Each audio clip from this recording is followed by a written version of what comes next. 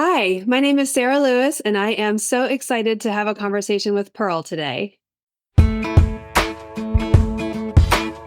everybody, it's Pearl Chiarenza with Women's Successful Living, and you are listening to another conversation with Pearl.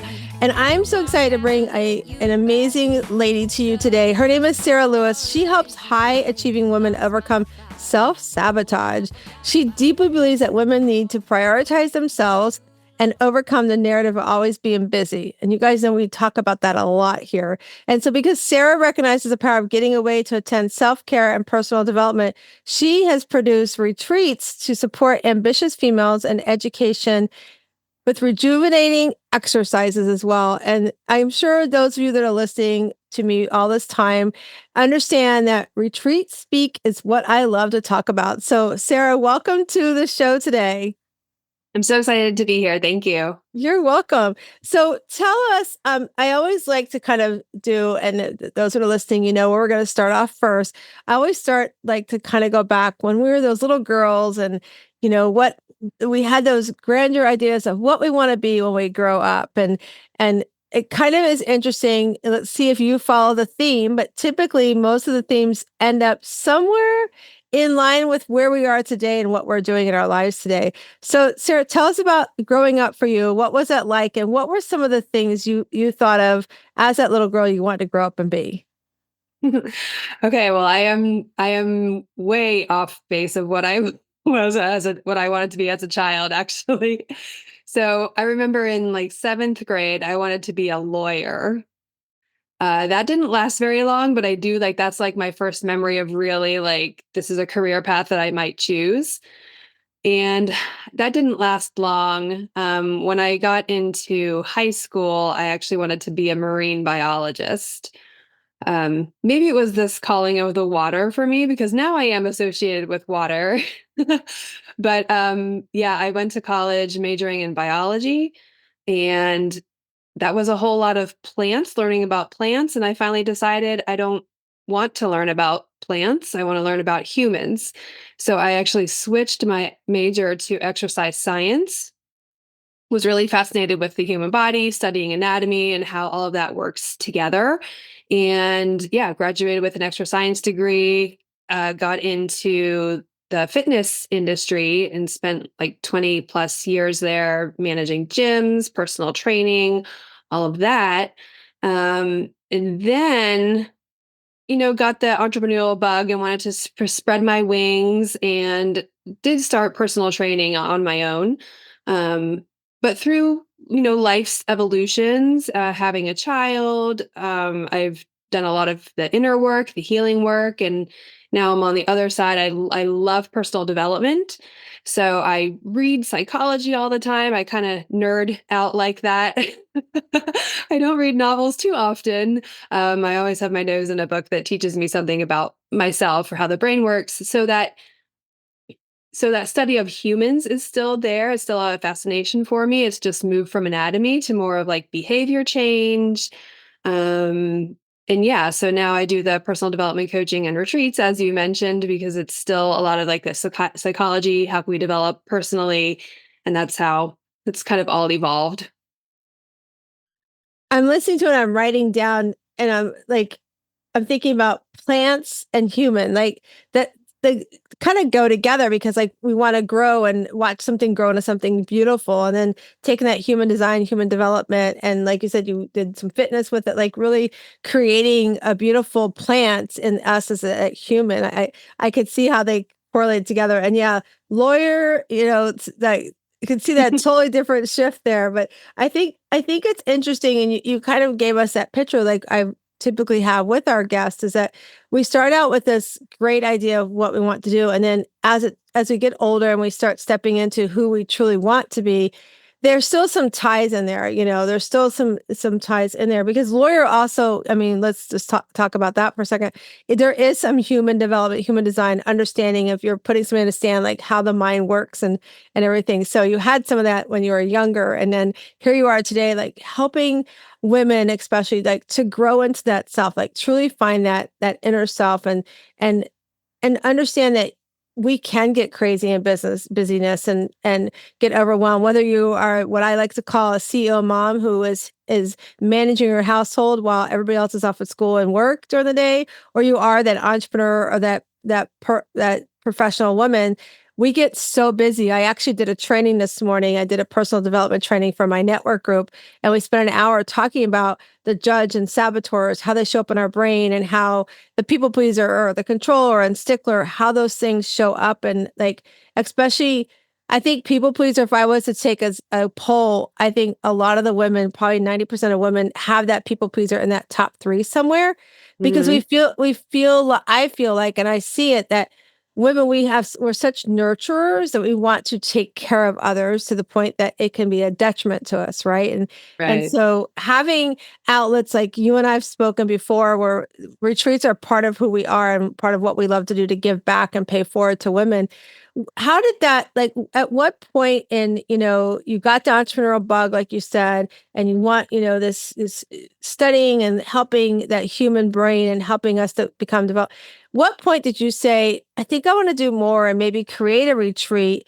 Tell us about that. And how many retreats have you done so far? Yeah, so it was kind of all along these lines of evolution. I started attending retreats during my fitness industry days and went out to like the mountains and like Colorado, Utah, and was like, wow, retreats are so powerful for working on yourself, but coming back like as a different person. Like you go in overwhelmed and just burdened, and then you come back and you're much clearer and calmer, and you're like a better mom, a better wife, a better sister. So I was like, okay, retreats are like something valuable. And so that was in my brain. And then we also have our lake house in North Carolina, and just that water aspect, being able to stand on a dock or a deck and look out and just take in the views and how calming that is. So I wanted to combine those two experiences. Like, okay, let's get the power of the retreat, do that inner work, take that time and space for ourselves, but let's do it in a serene location where it's also soothing to the nervous system. So that's the water aspect. I've read that the greenery of the trees around lakes is also like a stress relief. Like I'm like I mentioned, I'm a nerd, so I've read like the research or research summaries. So it's a little different from the beach in that way, but the ocean waves, of course, the sound is calming. But the greenery of the trees, even if you don't get the ocean waves at a lake, is still soothing to the soul. So that's how I combined to do lakefront retreats. I love that you share like the experience. I'm getting ready to have our eighth retreat this year, and I had somebody say, they had attended a retreat before. I thought I was going on vacation. I'm like, well, retreats and vacation are a little different. Sometimes people look at that going, I'm going on vacation.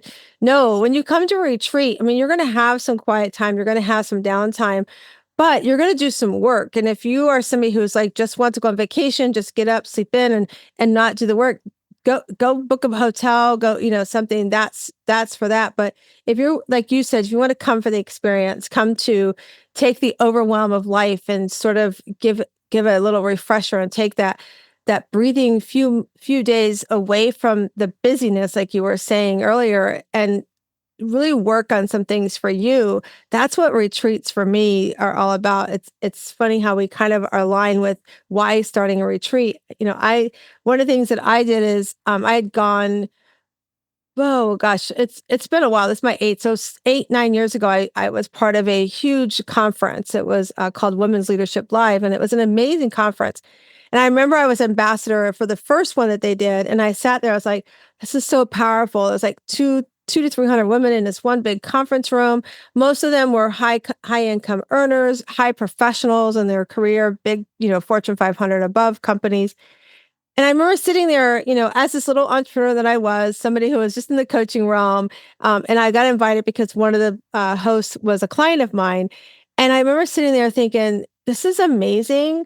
But I started thinking about that CEO mom that's at home, or that that mom who was balancing work and home, or just that professional, maybe didn't have any kids, but was like, I'm so much at my job all the time. I can't catch a break. I can't catch a breath. I'm going to stress out and get sick. I sat there and I was like, we got to do something. And I remember I decided to do a brunch. I was like, we'll do a Saturday brunch. We'll have everybody come for the day. We'll have, light snacks in the morning, a lunch at midday. And Stacy Shefflin, who came and was one of the folks that put on the Women's Leadership Live, she came and she's like, Pearl, you need to do a retreat. Like, you need to take women and take them away for a couple of days, because she saw that benefit just in a few hours, how we were really pouring into these women. And so I create this pajama retreat where you just show up, no makeup, you let the girls hang loose if you want to, and just start doing work. And so back to what I was saying about what retreats versus vacation, you're going to have free time on the beach, because I'm like you, water and nature is such a big part of my retreats. And we've done mountains before as well. And so, you're going to have some free time, but I'm going to make you do some work. I'm going to make you do some inner reflection about what's happening in my life. And then the really cool thing, we have evolved now. We actually start involving those you leave behind at home for that few days. We start involving them in some ways to pour into you while you're away at this retreat. So I think it's important that, for women especially, that we take, like you said, some time out of our busy lives to reconnect with ourselves, and then to walk away feeling refreshed and feeling like I've got some tools in my toolbox to hopefully give me a little harmony in my life, and walk away with some some focus on where I want to go with my next steps. And so I would love you to share us a little bit about when somebody comes to your retreat, like what are some of the things that they can expect for you as well? Same as you, they're gonna be doing a little bit of that personal development work in journaling form, like it's kind of an interactive workshop. I also bring in a private chef so that there's healthy, nutritious meals. I usually offer yoga, a live yoga instructor, and I like to bring in a sound bath as well. So there's that relaxing, again, the sound, the soothing sounds. Um, so yeah, and then there's some downtime as well, because when you're doing that inner work, that reflective work, you need some time to process it as well. Um, Plus, there's so much feedback about, I went on this retreat or this vacation and it was so busy that I didn't actually get to rest. And part of the retreat is rest, so the schedule is not jam-packed full. So it's just enough to be relaxing, but also get the transformation doing that inner work. So when somebody comes to your retreats and they go through, all the steps, like some of the things you're talking about, the yoga and the healthy eating, which I love, and doing some, and I love sound baths. They're so much fun. If you're listening, you haven't done one, you have to experience at least one, because you'll get hooked. But as they come there and they come to this retreat, and they've got so many different expectations or what they think might happen, as they leave and get ready to, what I like to call, bounce forward in life, what are some of the struggles that you see with women in doing that bounce forward? Sometimes I know I see that sometimes we fall right back into our old habits. I've seen that. Sometimes I've seen clients who have come to my retreat so many years and they're not applying, and the next year they come and they still are working on the same thing from the year before, right? So what are some of the things that you see that women still struggle with when they leave the retreat? But then again, what are some of the things in that? So it's a two-part question. What do you see that they struggle with when they leave? But what are some of the successes that you see by attending a retreat? What are some of the things you hear? Like, I know I hear about how setting boundaries. I've learned to set boundaries. I've learned to be able to say yes to me and no to others. I've learned to take some time out and do a staycation. Sometimes I know for you probably the same thing. Sometimes I have women come to my retreat that's never been to a retreat before. They're like, oh my gosh, this is so powerful. I need to start doing something for me more often. So what are some of the things you see that people don't take forward when they leave a retreat versus what they do take forward? Yeah, so I think the biggest struggle when they return to real life, put that in air quotes, is because you've taken time away, now it's that catch up.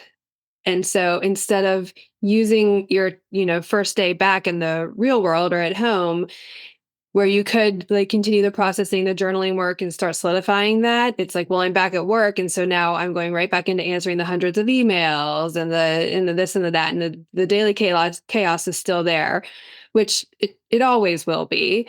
But I think what they are taking from the retreat is there is a mindset lesson.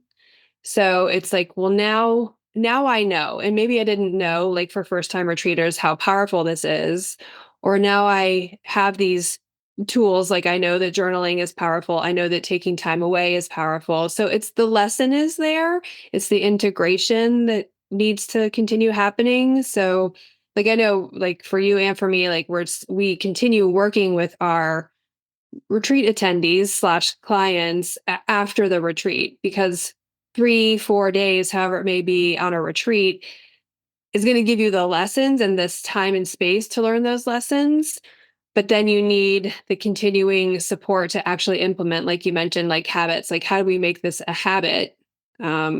So that's actually part of my method when I'm working with my clients is that we do talk about how do we create habits. We release the stress first because we have to regulate and then work through things and start establishing habits. So yeah, so it's hard to like heal, well, impossible, I should say, to do all the healing in like a 3 day, 4 day time. It's very much a slow, gradual process, and a lot of mindset shifts have to continue taking place over that time. So yeah, so the retreat is powerful, but the beginning. And I like that you said it's, it's the beginning. That's so important. So if you're listening to us and if you've never been to a retreat, understand that the retreat's just beginning. It's what you do when you go home and taking the mindsets, taking some of the tools. I like you, I love to do yoga in the morning because I feel like if you can kind of create a routine that every morning we're going to get up, we're going to go do yoga, and you sort of like in those few days we have together in that little bubble, just start the routine of getting up and doing something for self. Then when you go home, you can get up that next morning, that first morning back and be like, okay, I'm going to go outside, whether you're going to go outside and do yoga on your own or sit in, like I have a beautiful front porch swing, sit in the front porch swing and journal, whatever that looks like for you. That's something to start creating that habit. And, habits do take a little while to do. And if you can take it, if there's one thing you take from the retreat, and that's why I tell everybody too, if you take one thing, it's like we've created a habit every morning to do something for self. That's a habit you want to find to incorporate every morning because you can do it as little as 3 minutes because you're just starting, or as much as an hour if you want to. It's how are you built, what you want to build to, and what's important to you to build to that regulation and that new mindset shift of taking care of self. So you hold more than one retreat a year, right? Two, usually a Two. Yeah. spring and a fall. Yep. And Yep. God bless you, because I don't know if I could do two. Yeah, to do two in one year. I mean, how many people do you have usually attending your retreat, Sarah? They're small, right? Because I Right. want the intimate space. So the limit is 12 people. So it can Mhm. be anywhere from like 6 to 12 that attend. Yeah. Yeah. Yeah. So we're actually up to 24, which is why I only do it once a year. But and this year, um, we have, let's see, I think 90% are all new ladies. We have probably, well, I take that back. 70% are new and the other 30 are re-attending a retreat. So it's so fun to watch women come in and to take time for themselves. So let's talk about that, like taking time for selves, because people are probably listening to us, listeners are probably going, yeah, that's great. Retreats are awesome, but taking time for myself, can't see it, can't find it. Did you at one point in your life struggle with that? And do you still, how did you find and create habits for yourself? Because, we talk about self-care often, and that's my jam. I love talking about self-care and putting yourself first and finding things to create harmony in your life. When was the aha that for you that said, I need to start doing something for myself? And what were some of the steps you started to do that? I think the aha was having a child and really realizing that I no longer had time to myself. But we waited until I had my daughter when I was 35, but at the end of my 35th year. So I had like all this plenty of time to do whatever I wanted for a long time.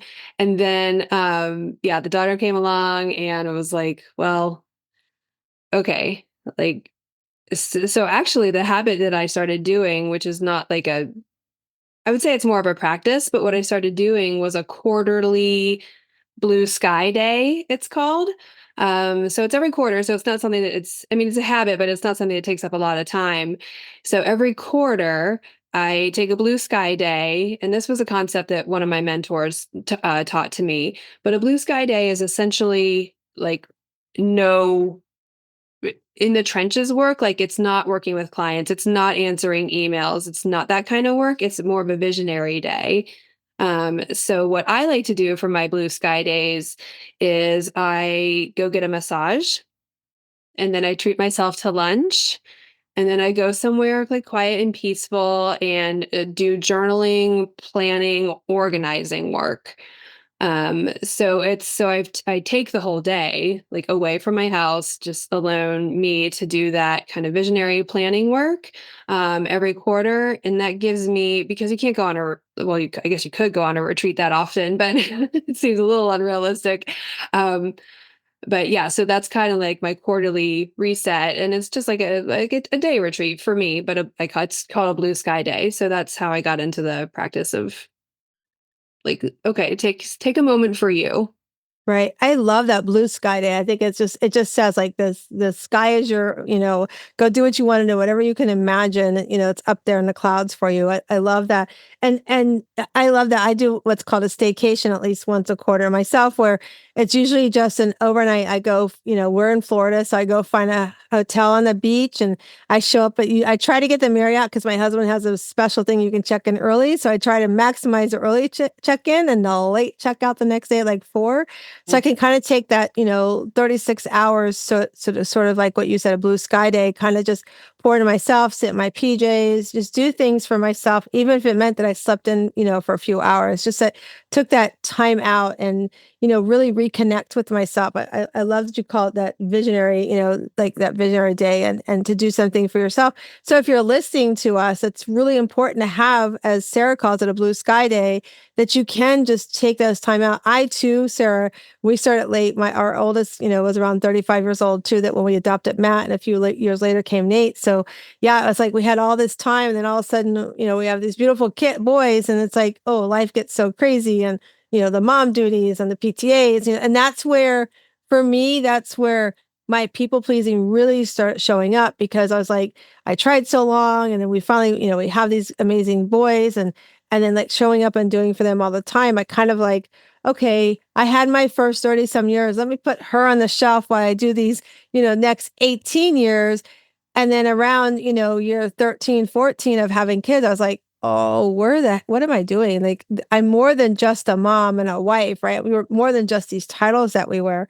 And Mhm. so if you're listening, like figuring that out, it's so, so important, because as Sarah and I've, knows, when we lost our oldest son almost 2 years ago, it was like, I was so glad I figured that out, but it was still that eye-opening kind of confirmation that I talk a lot about with my clients, to say, if you're not here tomorrow and you work a 9 to 5 job, they're going to slide somebody into that job spot no matter what.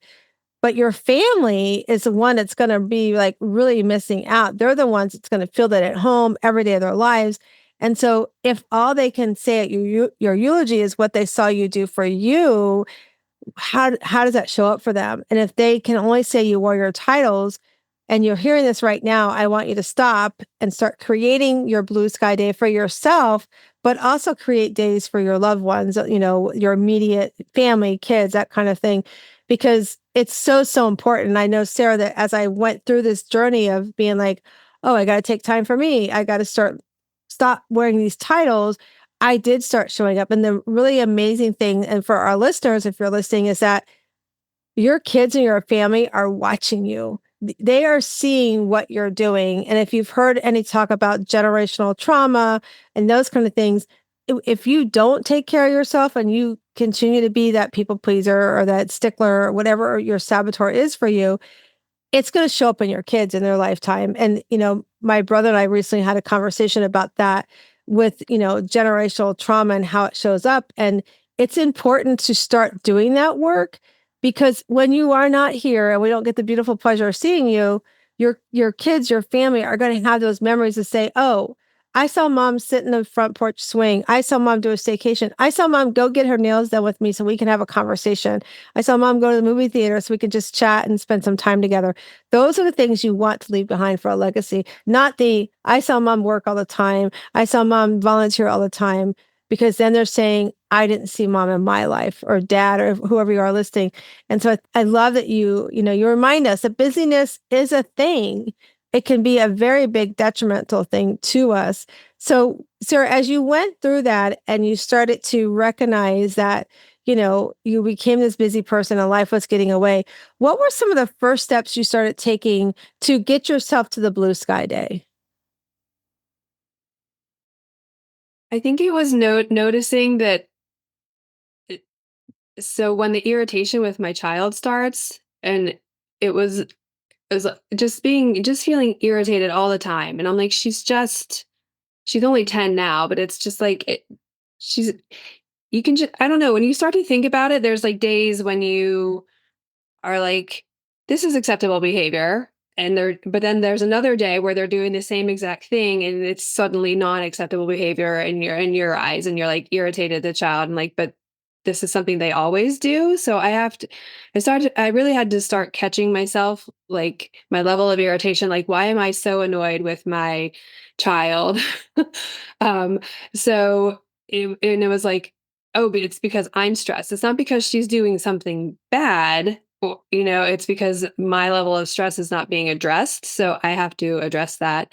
And, I've like that mom guilt kicks in, like, well, taking time away from my child doesn't that make me a bad mom? Like, hence a lot of women don't want to go on a retreat because it's like, well, but I need to be with my child. Well, but you're a better mom when your stress levels are lower, right? You're less irritated. So I think it was just noticing that, like, I was like, I mean, we went through some like pretty bad times, like a lot of drama in my house. Like when my daughter was 4, she was just angry at me all the time, like yelling at me, like I couldn't make her happy no matter what I did, kind of thing.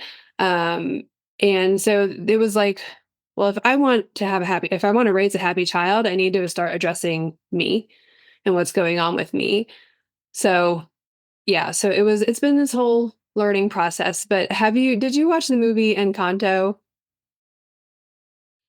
It's a lovely movie. It's been out for years now, but it's got music in it. The soundtrack was written by Lin-Manuel Miranda, of Hamilton fame. So the music in it is beautiful, but the message in the movie is beautiful as well. It's about a Colombian family, and there's a perfectionist, there's a people pleaser, there's the character who's like, you're supposed to be the strong one, and then there's a character who um is the one who eventually, like, I don't want to totally spoil it because it's great for kids. Like my daughter watched it when she was 6, something like that. Um, but there's this character who eventually like ends the generational trauma going on in the family, and I'm like, oh, that's my daughter. Like we had all these problems when she was 4 or 5 years old, that we had to work through, and a lot of that was like you were saying, is like ending the generational trauma, but that came with like personal development for me, like recognizing that that was there in the first place. And then, well, what do I need to do to stop that? Because it's not because my daughter's being bad. It's because, again, like my stress, like my past was affecting our relationship. So, yeah. So we're kind of on the other side of that. But it's been this years long journey to get there. And I think too, I wrote down that movie. I'm gonna have to check that movie out because I love really good movies. And in fact, recently we just watched Inside Out 2, I think it's called. I had Yeah. never seen number 1, so I've gotta have to go back and watch 1, but I went with my nephew and watched it. I loved that movie. I loved how it talked about the feelings and everything that comes, and how they show up in our life, and how to manage them and stage them and all of that. And I think it's important for those that are listening that if you are a mom and you can resonate with what Sarah said, it's okay. Like those things are gonna come up, it's okay. And like Sarah said, when we can work on them, excuse me, we can work on them and really recognize how it can affect the harmony in our home. I think it's important because that means you're doing work. That means you're really getting into working on yourself and being the example to others.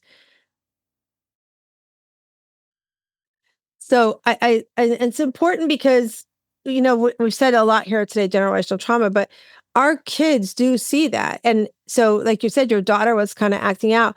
Um, I want to share a tip that we did, and your daughter's still 10, so some of this you probably can use as well.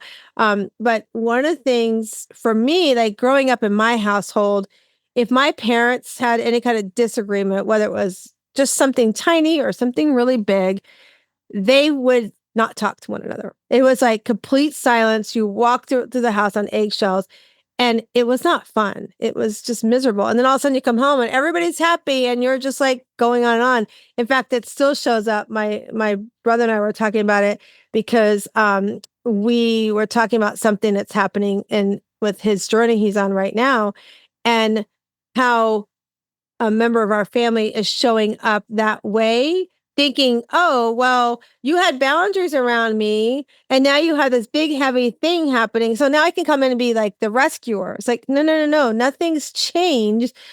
It's unfortunate I'm going through this, but it doesn't mean you get to come back in and be like, oh, I'm happy. Everything's fine, right? You still have to set boundaries.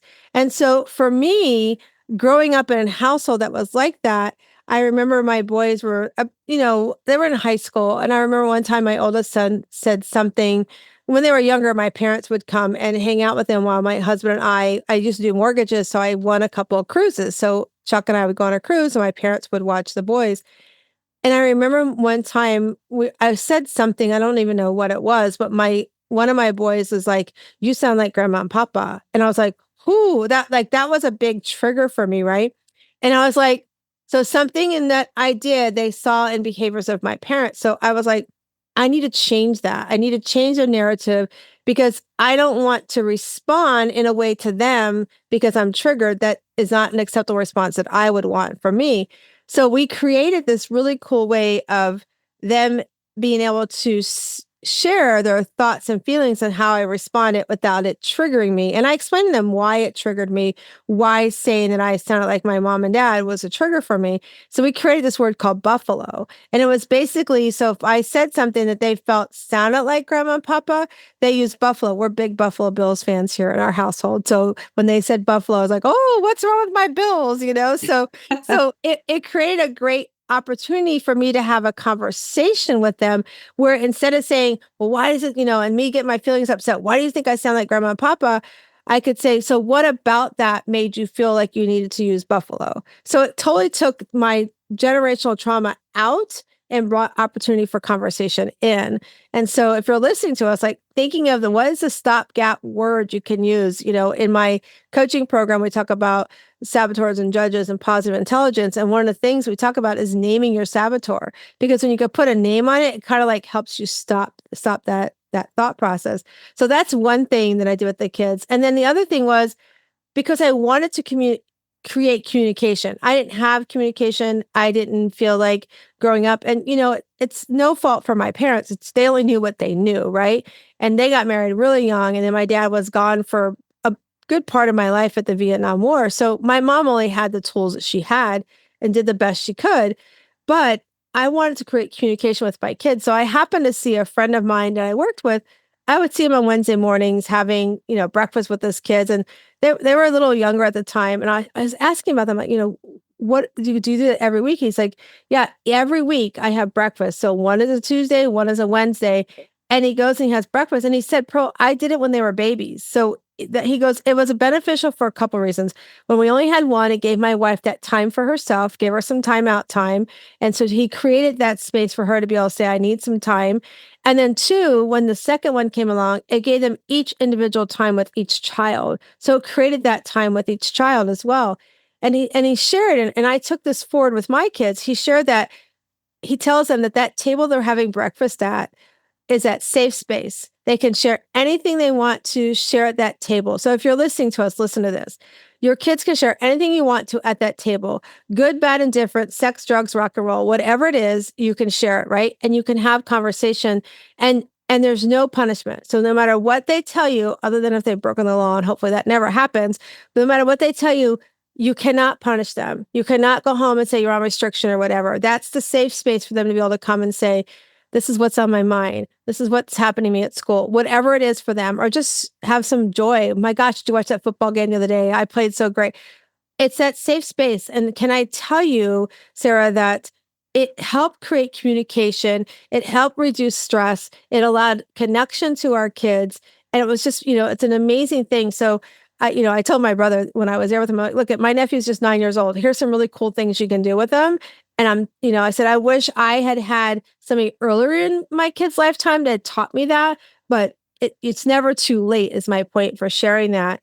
And so I thank you for sharing your vulnerability about with your daughter. And because we need to understand, those that are listening, parenting is not easy. There is not a book that says da da da da da da. And when they hit teenagers, and nowadays are hitting them around 9 or 10 years old, I mean, my gosh, it's like, whoa, I don't remember being like that. So, and then every once in a while you'll have a parent go, oh, I remember those days, right? But I just want everybody to know, and I'm glad you brought it up for us, that it's parenting's not easy. Don't feel like you have to be perfect. Nobody's perfect at parenting. If they are, tell them that I have some swamp land to sell them here in Florida, because it's not that factual, right? You're going to have challenges, but if you can create communication, if you can create self-care for yourself, you teach your children communication and taking care of self first. And I think that's really very, very powerful. So, in taking some of that, what we just talked about there, Sarah, what are some of the things that, because you've got a daughter, right? So, what are some of the things, like you're giving the example of the Blue Sky Day, visionary, going on retreats. What are some of the other things for those moms and or dads that are listening that have young ones at home? What are some of the other things that you're doing to help your daughter, be that example and helping create the communication for her? For me, I had to learn empathy and communication. So we sounds like we grew up in similar households. The silent treatment was the way that was demonstrated for us to communicate, which is not communicating, right? But if my dad was mad, he would be silent for days. I never heard like my parents fight. Like there was no yelling. But it was always just silent. And we learned that if you have an emotion, you don't talk about it. We just did not talk about emotions. Everything was like facts, like what did you do in school today? Like not how did you feel about whatever happened in school today, but like our emotions were shut down. And my brother reminded me of a phrase my mom used to say, like if we were saying that we were upset about something, and she was in her irritable state, she would say, well, life's short and then you die. It's like, well, that's not comforting. And I remember an occasion where I must have been saying that someone called me a name or something I didn't like. And she was like, well, just say sticks and stones break my bones, but names will never hurt me. And I'm like, that's like looking back at all those things. I'm like, that is not comforting. And what I was looking for as a child was comfort. But, I brought that into my parenting because the only thing that was demonstrated and taught to me indirectly was that you do silent treatment and you don't talk about emotions. Emotions are like brushed off, like shouldn't be talked about. So that was part of this like whole healing journey for me, is that emotions exist. People experience them and they have to be like honored. And my daughter is a highly sensitive child, and it's interesting with your buffalo word. Like I remember my daughter spent the night at my parents' house, or was going to be spending the night at my parents' house, and she said to me, "I don't feel safe there." And what I thought was, my first thought was, there's monsters in the closet type of I don't feel safe. But what she really meant was, I don't feel emotionally safe because my parents haven't had this huge healing shift like I have. And so when she goes to them, it's like she doesn't feel quite emotionally safe. But I've really worked hard on being empathetic and providing a safe space for her to hold her emotions. So that's been like the huge shift for me. And when we went through that like really crappy time, like things are, much better now. I encourage her to cry. Like I didn't cry at all until I was, I don't know, 38, something like that. Like it was like crying is makes you weak. Like but I think I was so shut down that I couldn't experience emotions at all. So it's been this like opening up for me and um teaching her, well, being available for her, but also now teaching her like emotions are okay. And here's how you manage them. We don't ignore them. So I've had to learn a lot of how do you manage your emotions tools and regulation tools for her and for me to get to this point where we are now. I love that you remind us that because you're setting the example and you're helping her because I think for a lot of us in our generation, many people grew up where there wasn't a lot of communication, and we don't talk about the mental health aspect or talking about your emotions. I grew up in the household, and many people I speak to around my age, I'm going to be 60 this year. It's like you go in the corner, you were seen but not heard as a child. There's that whole generation. So sharing your feelings with others was a very like, I don't know how to do that. I was told not to say anything, and not to create that. And for you to create that for your daughter to be like, she's now able to tell you, I don't feel safe. And you could figure out what that means, right? I think that's important because then it also teaches her to communicate, right? We're teaching our kids to communicate our feelings and then our feelings are real. Sometimes people go, like you said, oh, sticks and stones. No, it's not. It really hurts me, may break my bones. It might break my bones because it's really hurting me inside. And so having that safe space and creating that for our children, and even if you don't have kids, like creating that if you are somebody who runs a business and or you are running a department, creating that space for your staff and or your employees is really, really important because they need to know that I can come talk to you about something that's on my mind and I'm not going to be held against it in my performance, right? So creating those spaces, I think it's really powerful. I was talking with somebody a few weeks ago. We were talking, she's coming on the podcast as well. And she was talking about how she works with companies around grief, and grief can be, something like me where I've lost a child or a loved one, but grief can also be the loss of a marriage, maybe you've lost a job, but especially around the grief of a loved one, you work in these companies and you get the 3 days bereavement, right? I mean, who can bereave in 3 days, especially when it comes to loss of a loved one? And so this company had talked to her, had seen her, met her, and she was talking about, there's different stages of grief and everybody's stage is completely different. Doesn't mean I'm going to do stage one the way you do stage one, right? The whole time is so, so different. And so they were listening to her and they're like, wow, they recalled an employee who had had a significant loss and was struggling coming back to work. And so because they listen and they love communication in their company, they've actually created a thing around grief. Like if you lost a loved one, especially around, hey, it's 3 days, but if you need a couple extra days, just let us know. And when you come back to work, if you don't want to wear the dress code, but you want to wear nice jeans or something, because that's what makes you comfortable, go ahead and do that. And when you're here, if you all of a sudden you're working and you feel like you got to get up from your desk, like get up and, create that space. And I think it's powerful as a mental fitness coach that I am, to watch some of these things start to come out more than just in our four walls of our home. And I think having conversations like you and I are doing today is going to help continue that change that we've had. I started my community. It's called the Shiro League. We meet every Sunday evening from 8 to 9 p.m. Eastern time. And that Shiro League I created during COVID. I was watching so many women be at home and they were, professional women that worked out of the house. Their kids went to school. Their spouses worked out of the house. All of a sudden, we're all home together. I have to now be a teacher and I didn't want to be a teacher, plus do my job, plus be home with my kids all day. And like, just as I say it, I remember thinking, oh my gosh, it's like they need a Calgon take me away moment, but they're not allowed to leave the house, right? So it's like, even if they go to their bathtub, everybody's there, right? So I created the Shiro League. And when we got done with, it was a 30-day self-care challenge. And when we got done with the challenge, everybody's like, what are we going to do next? We can't leave each other. We need each other. So we created this Shiro League. And so that's something that let's circle back to retreats for a second. That's something that we carry forward from our retreats. Because like you said, we leave and how do you bounce forward? And for me, it's really important that everybody understands that we're going to bounce forward as Shiro pajama sisters and we're going to be together. We're going to support one another in that. And so circling back around to where we started our conversation was around retreats.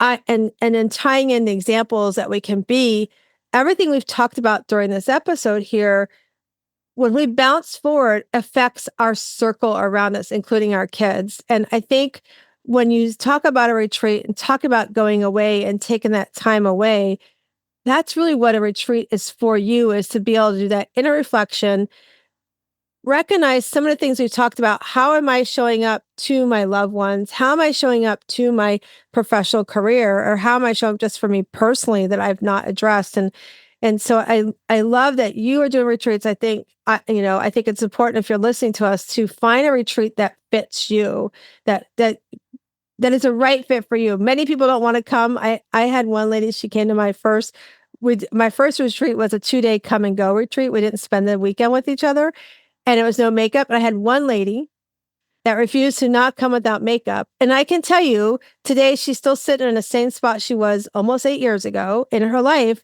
But that meant that my retreat wasn't right for her because she wouldn't buy into the whole concept of no makeup. So you've got to make sure it's the right fit, that you can buy into the concept of what's happening.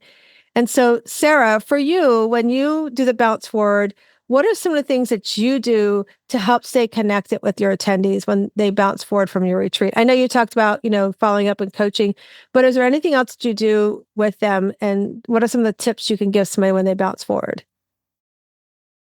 Yeah, I do if I mean, I have programs to offer that they could join and participate along with me, but there's also usually a post-retreat call just to make sure that the lessons are there and there's ways to integrate them into daily life. And we were talking about habits earlier, and really the smaller your habit can be, that it takes like 3 minutes or less, the better the chance that you're going to stick with it and be consistent and actually integrate it into a habit.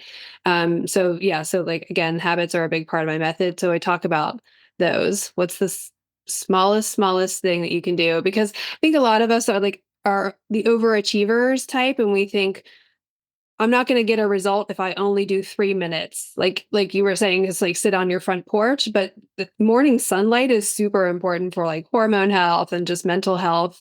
So even if you did sit outside for 3 minutes, you think that it was nothing, right? But it actually, if you do that every day, and getting busy doesn't get in the way because it's only 3 minutes. But if you're trying to be like, I'm going to do yoga for an hour every morning or even 3 times a week or whatever, it's like, but what happens when life happens and then you get out of the habit? So it's like, how can we pick these little tiny habits to actually be consistent and integrate it? I love you said tiny habits, and that's so important. My business coach, she teaches on tiny habits. She's trained in a program called Tiny Habits, and she talks about that a lot. And I think that's important to know, that like when you do leave a retreat or something new you want to start in your life, like just create a small habit, something that just says, I'm going to go and do yoga every morning, or I'm going to sit in the front porch, whatever that is for you. Just to take that first step to start it, I think is so, so important. One of the things I love to do when I start work with my clients is I love to do what brings you joy list. And people are like, oh, getting up in the morning brings you joy. That's great. I love getting up in the morning too. But really, like, to the core, let's talk about what's really bringing you joy, because yeah, getting up in the morning is great. I'm happy to be alive. Having my kids, great. I love my kids. But what about like getting up in the morning? What about your kids truly bring you joy? And I always tell my clients, I'm like, listen, they're like, oh, I got this. I'm like, no, no, no, no, no. You don't have this. Let me just tell you, I need 10 things and it's going to take you 6 weeks. And they're like going, 10 things in 6 weeks? I can have it to you next week. I'm like, yeah, no, because what I'm going to do is I'm going to make you break it down, each one of those 10, to where you can't break it down anymore, to identify, does it really bring me joy? Does it really fill my cup? Does it put a spring in my step? And so like, I always like to ask, I'm going to, if you don't mind playing along with me for a minute, Sara, I would love to talk to you about what brings you joy. So would you give us one thing that brings you joy that comes to your mind right away?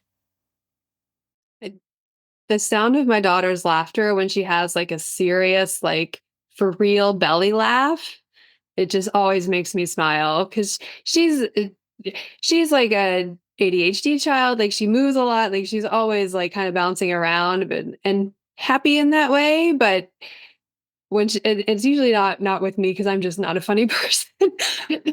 But like when she's with her friends and I can hear her actually like for real laughing, yeah, I love that. I love that example. You laughed when you were talking about her. So what about her belly laugh brings you joy? I think it's knowing that she's like happy, even if it's just for that moment or that she's enjoying life. Yeah, it's just Yeah. like So knowing that's happening, what about that brings you joy? it just kind of feels like everything is right in the world, even for like those 10 seconds or however long it is. It's like, ah, it's almost like an exhale, like Right. during So her. so I appreciate you playing with me. So what about having that exhale brings you joy? Well, it's stress relief, so that always brings me joy. Yeah, so you see what I'm saying? Like if we could play this a little longer, but basically what I'm getting from you, it brings you some peace to know that she's got some happiness and she's enjoying life, right? And so that's what I love to do. With like I really love, and I think that's an important part if you're listening to us for self-care is what is it that brings you joy and start identifying those things and really work hard on them to be like, okay, that brings you joy, but why? Okay, but why does that? Keep answering the why until you can no longer answer that one on that one item that brings you joy. And I promise you, if you start really working that, then you're like, oh, maybe that doesn't bring me as much joy as I thought it was. And it comes off your list, right? So I love that you played along with me. I'm going to play one more thing with you. So when we do that joy list, I'm going to tell you, go pick one thing on that list to go out and do. But we, especially moms and women, we create these to-do lists. We have all go to the grocery store, email that person, send, we have all these to-do lists. We never think about our not to do list, like the things that we have to stop doing that keep us from getting to our joy, right? So it could be whether it's, our thoughts or our actions, right? So if you were to think about that example you gave with your daughter, what's something that you should put on your not to do list so that you can enjoy seeing her and hear her laugh? It's actually something that I've already been working on as part of this whole process of how do I make her feel safe?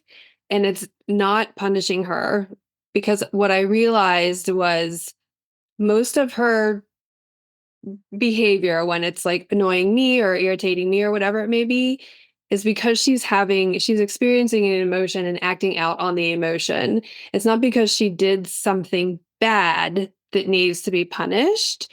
So for me, like because I was grounded all the time when I grew up. My brothers were grounded all the time. You did something like that wasn't perfect. Okay, well now you're grounded and you can't see your friends. And my extroverted child, ADHD child, like not being able, not and being an only child, she is an only child. Like taking away socialization for her is like it's the worst punishment you could ever think of. And so, but that was all I knew again. So it's like, well, how do I, okay, so my not to do is to not punish her, like instead to recognize like she's having an emotion. We don't punish for emotions. Um, but if she went out and you broke someone's mailbox, okay, well that's a different story. But yeah, so on my not to do list is to not punish her for just having an emotion. I think that's an amazing lesson for our listeners to hear because oftentimes, like you said, we got punished. I mean, it sounds like we grew in a very similar household. We got punished, right? And so when you punish for that emotion, it doesn't address what is the emotion, and that's why I came with Buffalo. We were able to talk about the emotion. I remember when I was with my nephew a couple weeks ago, he was trying to put his soccer shoe on, and he kicked it off because he couldn't get it on. I'm like, Sean, Ampro was like sitting right here. Like, why did you do that? And he explained, he go, I got angry. I couldn't get it on. I'm like, okay, let's talk about the anger and how you responded, and some things you can do. Right. And so I love that you said you're not punishing the emotion. There's an emotion there because oftentimes our kids, us as people, we respond because of an emotion because something has happened or something's triggered that emotion. I love that you explained that to us. This has been so much fun. I just looked at the time like, oh my gosh, our hours like flying by. We have a couple of minutes here. So I want to thank you for sharing that. share with everybody how they can reach out to you, how they can find you. We'll also put it, so if you're driving or listening, we'll put it in the show notes so you can go find us on YouTube, Apple, iHeart, all that stuff. But share with everybody how they can reach you, Sara.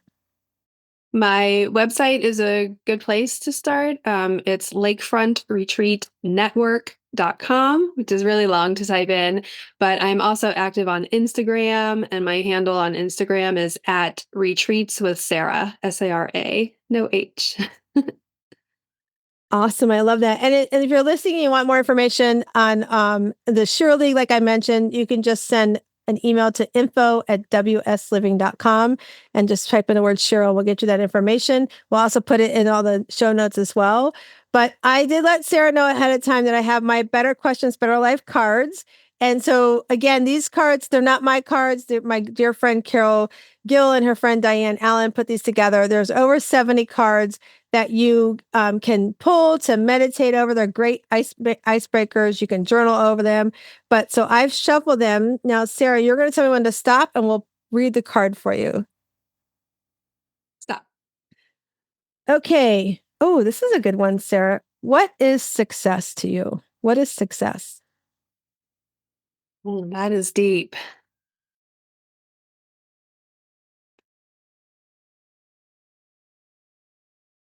I think sticking on the theme of today is that it's having the life that you imagined, and it's going to take work to get to that because of our past experiences. But yeah, I mean, we put so much pressure on like success is money, which it's not.